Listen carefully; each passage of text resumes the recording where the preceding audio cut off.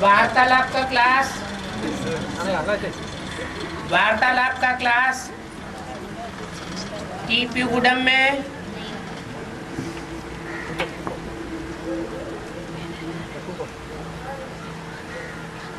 उतना क्यों नहीं चल रहा है?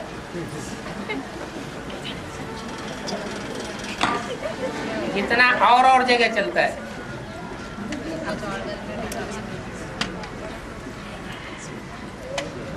या तो भाषा की प्रॉब्लम,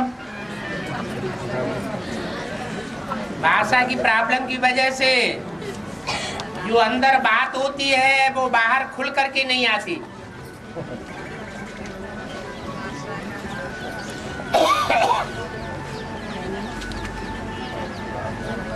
इसका समाधान ये है कि जो हिंदी जानने वाले हैं उनके पास भाषा न जानने वाले बैठे और उनको अपनी बात समझा दें कि हमारे अंदर क्या घुटन चल रही है और अपनी बात को क्लियर कर लें।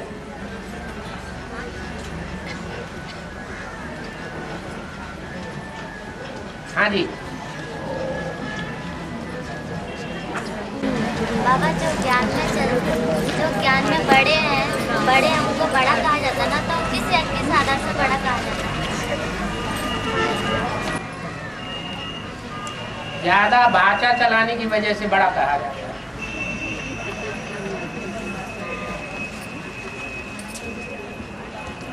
तुलसीदास ने लिखा है, पंडित सोई जोई गाल बजावा। क्या? पंडित ज्ञानी वो है जो ज्यादा गाल बजाता है। ये बात सही है क्या है? ये बात सही है? पता नहीं। छोटे बड़ों का ध्यान नहीं रखना, किसी का रिगार्ड नहीं रखना, उसको बड़ा कहा जाता है।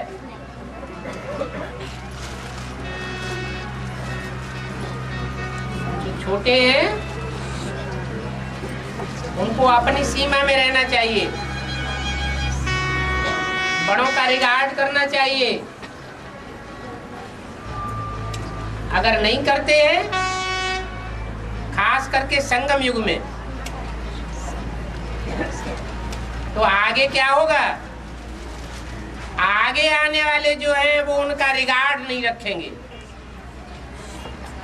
तो बहुत घाटा हो जाएगा। और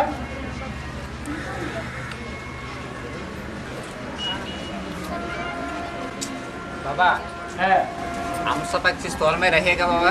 हैं? हंस पक्षी स्टॉल में रहेगा? टोल में? हद में हंस पक्षी पक्षी हंसा स्टॉल में रहेगा हद में? हंस पक्षी हंस पक्षी, हाँ जी, स्टॉल में रहेगा। स्टोर में क्या? स्थूल। हंस पक्षी जो होता है वो मानसरोवर झील के पास होते हैं। जो मानसरोवर झील है वो पहाड़ों पर बहुत ऊंची स्टेज में दिखाई गई है। वो झील भी स्थूल है और वो पक्षी भी स्थूल है। और यहाँ है सूक्ष्म बात, जो ऊंची स्टेज में रहने वाले हैं, ज्ञान की भी ऊंची स्टेज में और याद की भी ऊंची स्टेज में, धारणाओं की भी ऊंची स्टेज में और सेवा में भी ऊंची स्टेज में। वो हंस कहाँ रहते हैं? मन बुद्धि से ज्ञानमान सरोवर के नजदीक किनारे। तो स्थूल वाले हंसों से तुलना की गई है। परमहंस दो कहे जाते हैं,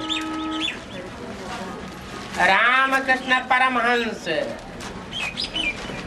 कौन? राम और कृष्ण दोनों नाम एक के ऊपर भक्ति मार्ग में रख दिए। बहुत प्रसिद्ध परमहंस माना गया। और असली बात कहाँ की है? संगम युग में राम और कृष्ण रूपी आत्माएं जो परमहंस का पाठ बजाती हैं, कंकड़ कंकड़ छोड़ देते और मोती मोती को चुम लेती है। नीर छीर विवेकी होते हैं, पानी पानी छोड़ देते और यथार्थ अर्थ की बातों को पकड़ लेते, माने दूध को पी लेते। दूध और पानी इकट्ठा करके जो स्थूल हंस हैं उनके सामने रख दिया जाए, उसके गले में चोंच में ऐसी शिफ्ट है कि वो पानी पानी छोड़ देगा और दूध दूध को पी लेगा। तो दुनिया के जो मिसाल है स्थूल रूप में, वो संगम युग की सूक्ष्म बातों पर लागू होती है। हाँ जी बाबा, ज्ञान भक्ति वैराग करता है बाबा। ज्ञान मिलता है तो भक्ति की अंधश्रद्धा की बातों से वैराग आ जाता है। भक्ति में होता है ये अंधश्रद्धा, बिना सोचे बिना समझे भक्ति करते रहते, भागते रहते, उन बातों से वैराग आ जाता है, उनको छोड़ देती है आत्मा। और बाबा तांत्रिक गुरु लोग आँख बंद करके अचानक लड्डू ऐसा कोई चीज खोल के दिखाते हैं ना। हाँ जी, वो अचानक कैसे आते हैं बाबा उनके हाथ में? जो भूत प्रेत होते हैं वो एक प्रकार से पावरफुल हवा होती है, प्राणवायु। वो उनको शरीर का बंधन नहीं होता, तो वो थोड़े समय के लिए कोई भी चीज कहीं से हटाकर दूसरी जगह कर देते हैं। उनका भी हिसाब किताब बनता है।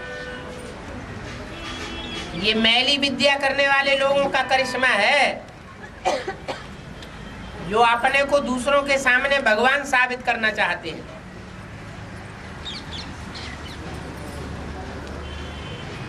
इन छोटी बातों के चक्कर में अपनी आत्मा को प्रभावित नहीं करना चाहिए।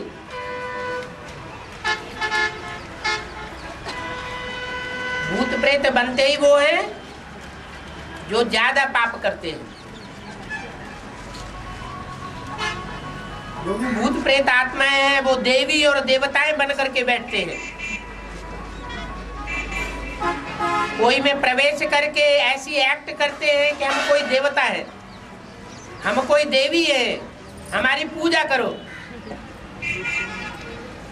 कोई फिर अपन को भगवान समझ करके बैठ जाते हैं। ये तो महापाप की बातें हैं। ज्यादा पाप ना बने इसलिए ये नियम बना हुआ है प्राकृतिक कि ऐसी आत्माएं थोड़े समय के लिए उनको अपना शरीर नहीं मिलता। कोई कोई लंबे समय तक भी शरीर धारण नहीं कर पाती।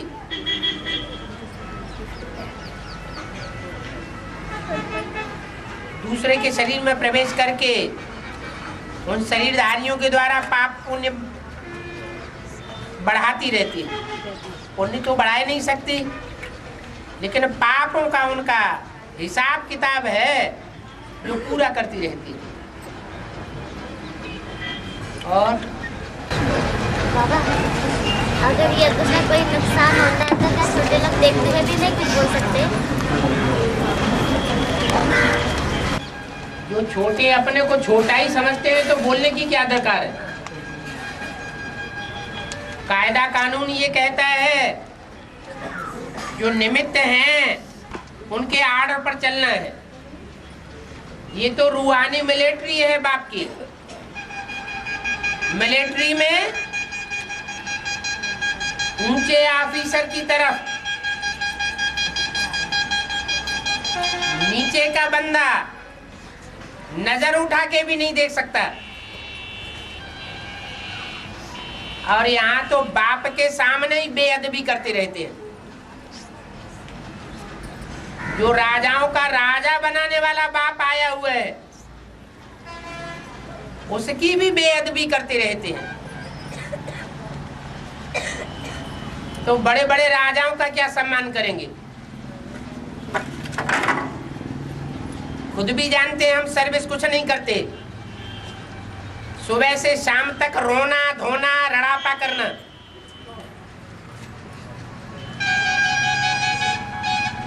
और बातें बनाने में बड़े आगे। तो पाप बनता है या पुण्य बनता है? पाप बन रहा है। उनको कहेंगे बच्चा बुद्धि।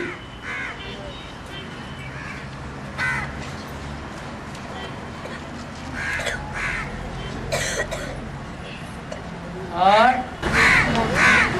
जैसे संगमे की लक्ष्मी नारायण अपने ग्रेजुएशन के दौरान राधा कृष्ण को जन्म देंगे, वैसे साढ़े 4 लाख अपने भी ग्रेजुएशन द्वारा जन्म देंगे। हाँ जी, राधा कृष्ण जैसे बच्चों को सतयुग में जन्म देने वाले वाइब्रेशन की पावर से जन्म देने के निमित्त बनेंगे। इसलिए उनको कलातीत कहा जाता है। उनको कहेंगे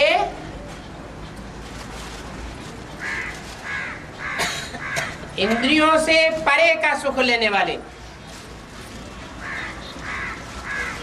इंद्रियों का सुख नहीं होगा। आंख भी इंद्रिय है। इसलिए लक्ष्मी नारायण के चित्र में एक सैंपल रखा हुआ है। लक्ष्मी नारायण वो आपस में एक दूसरे को दृष्टि से भी नहीं देख रहे हैं। और राधा कृष्ण जो बच्चे के रूप में नीचे खड़े हुए हैं, वो एक दूसरे को दृष्टि से देख रहे हैं। दृष्टि का सुख है, सात्विक सुख है, सतो प्रधान इंद्रियों का सुख है। वो सुख लेने से भी पूरे जन्म में चौथाई कला कम हो जाएगी। तो नीचे गिरना हुआ या ऊपर उठना हुआ? नीचे गिरते। और संग में भी लक्ष्मी नारायण अंत तक ऊंचे उठते रहेंगे। नीचे गिरने की बात ही नहीं। अंत तक कमाई का सिलसिला चालू रहेगा। और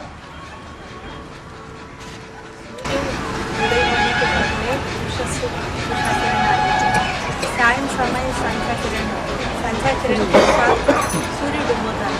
देखने में देखो दो कहाँ है? एक ही तो है। उषा किरण के बाद सूर्य उदय होता है, वो भी सूर्य एक ही है। और सूर्य अस्त होता है, वही भी सूर्य वही है। सूर्य को डुबोने वाला कौन है? में होती है ना। डुबोने वाला है रावण और उदय कराने वाला है राम। सेवक का नाम दिया ना है, माताओं का कन्याओं का नाम दिया ना संध्या। हाँ हाँ। ये दोनों माता या कन्या? माताओं कन्याओं को उठाने वाला कौन है? अरे माताएं कन्याएं गिरी हुई हैं। इस कलयुग में सबसे जास्ती गिरी हुई कौन है? माताएं कन्याएं। उनको उठाने वाला कौन है? फिर सबके लिए एक ही निमित्त है। और है बाबा ने कहा है मधुबन वालों को मधुबन छोड़ना पड़ेगा। इसलिए छोड़ना पड़ेगा क्योंकि उनका बुद्धियों नरकीय दुनिया में मान मर्तब के लिए जा रहा है। तो बाबा जो मान मर्तब नहीं चाहते हैं क्या उसको भी छोड़ना पड़ेगा?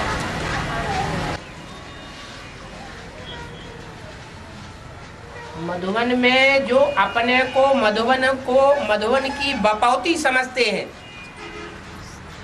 कि हमारा यहाँ अधिकार है, हम यहाँ अधिकारी हैं, वो मधुबन वाले हुए। या जो मधुबन में अपनी बपौती नहीं समझते हैं, जहां भी उनको सेवा मिलेगी वहां चले जाएंगे आराम से, वो मधुबन वाले हैं।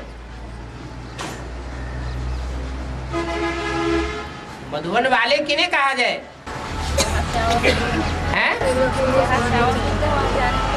नहीं तो वो तो बाहर चले गए, वो मधुबन को अपना थोड़ी समझते हैं, वो तो सेवा के फील्ड को अपना समझते हैं, और सेवा का फील्ड कोई मधुबन में ही तो होता नहीं। तो मधुबन वाले कौन हुए? जो हकदार समझ करके बैठे हुए, वो मधुबन वाले हुए। जो दुकान वाला कौन कहा जाएगा? जो दुकान में जम के बैठा हुआ है, दुकान मेरी है तो दुकान वाला हुआ। घर में जम के बैठा हुआ है, कंट्रोल चला रहा है तो घर वाला हुआ। खेत में जम के बैठा हुआ है, खेत वाला हुआ। तो ऐसे ही मधुबन वाले कौन है?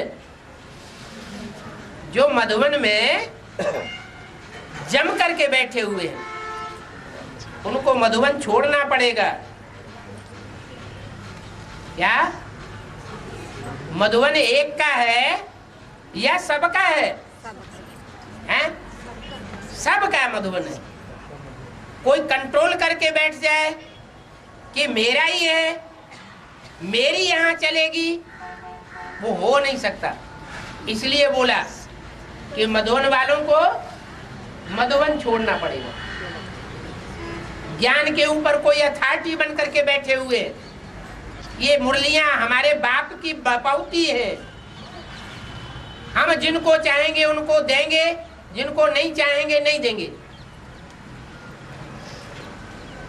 से ज्ञान सरोवर वालों को ज्ञान सरोवर छोड़ना पड़ेगा। ये ज्ञान मनुष्य मात्र के कल्याण के लिए है। ईश्वरीय ज्ञान किसी के लौकिक बाप की बपौती नहीं है। इसलिए बोला ज्ञान सरोवर वालों को ज्ञान सरोवर छोड़ना पड़ेगा। और कर्मकांडों का धर्मपिताओं को संदेश देते हैं।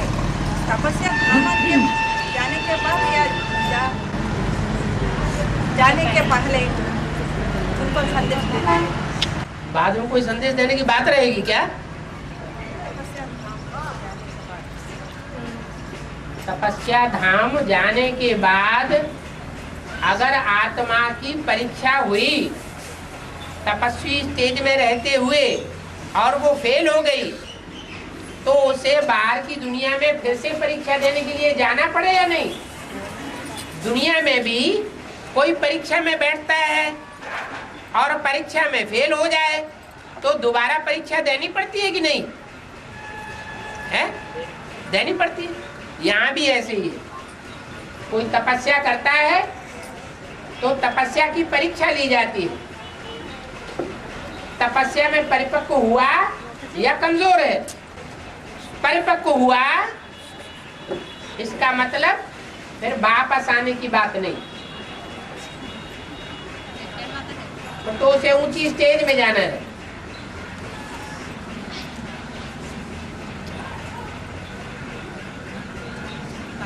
हाँ। करके भी शिव बाबा को वो याद नहीं करते, कभी कभी याद करते हैं। इनसे भट्टी करना अच्छा है या? भट्टी? ये भट्टी भट्टा क्या होता है?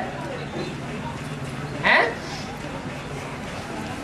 ये भट्टी भट्टा कहाँ से आ गया? बाबा तो कहते निष्ठा में बैठना नहीं है, कर्म करते याद में रहना है।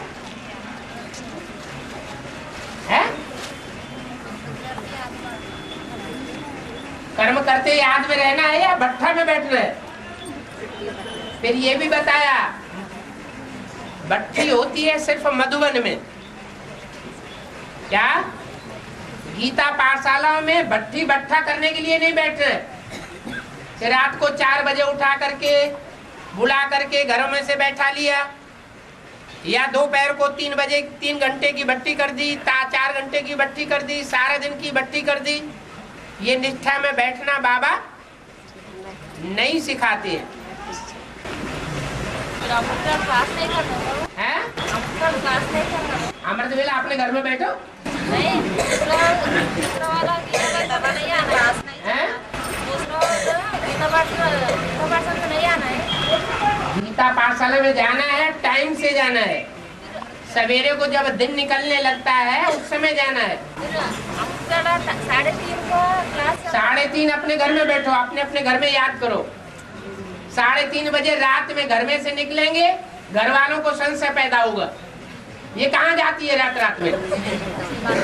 टाइम मिलते हैं, बजाय सर्विस के डिस सर्विस हो जाएगी। टाइम नहीं, टाइम अपने घर में निकालो।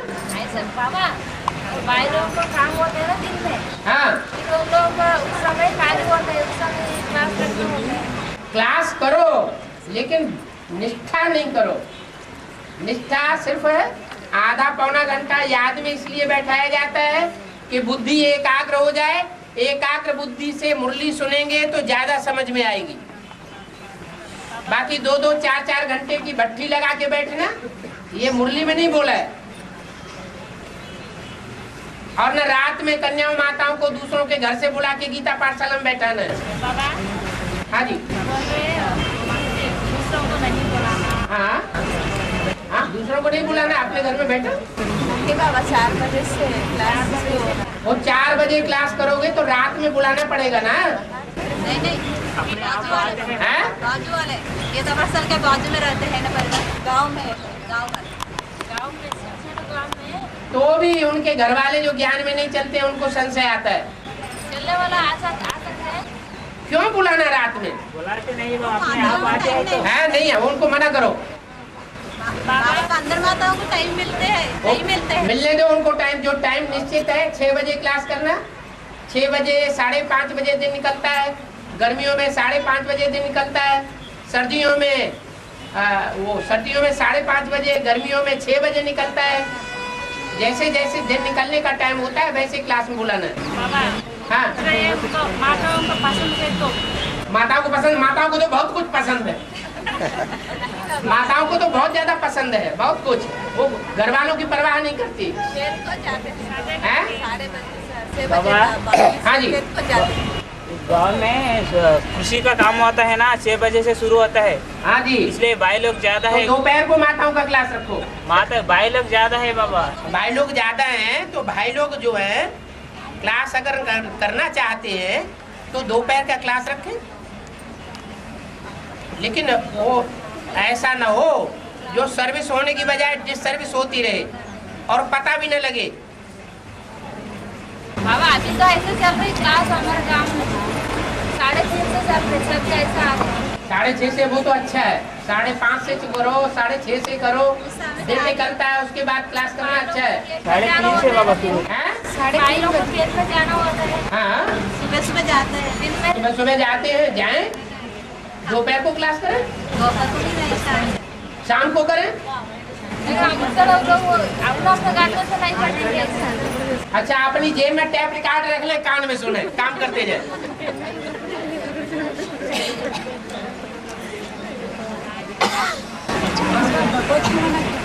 बपौती माने अपने लौकिक बाप की प्रॉपर्टी। बाबा हाँ, आज गीता पास नहीं जाते बाबा। आदिवार मिली बदल के आता हूँ, हैं? मिली बदल के आता हूँ। आदिवार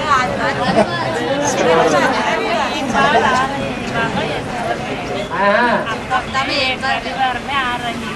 हाँ,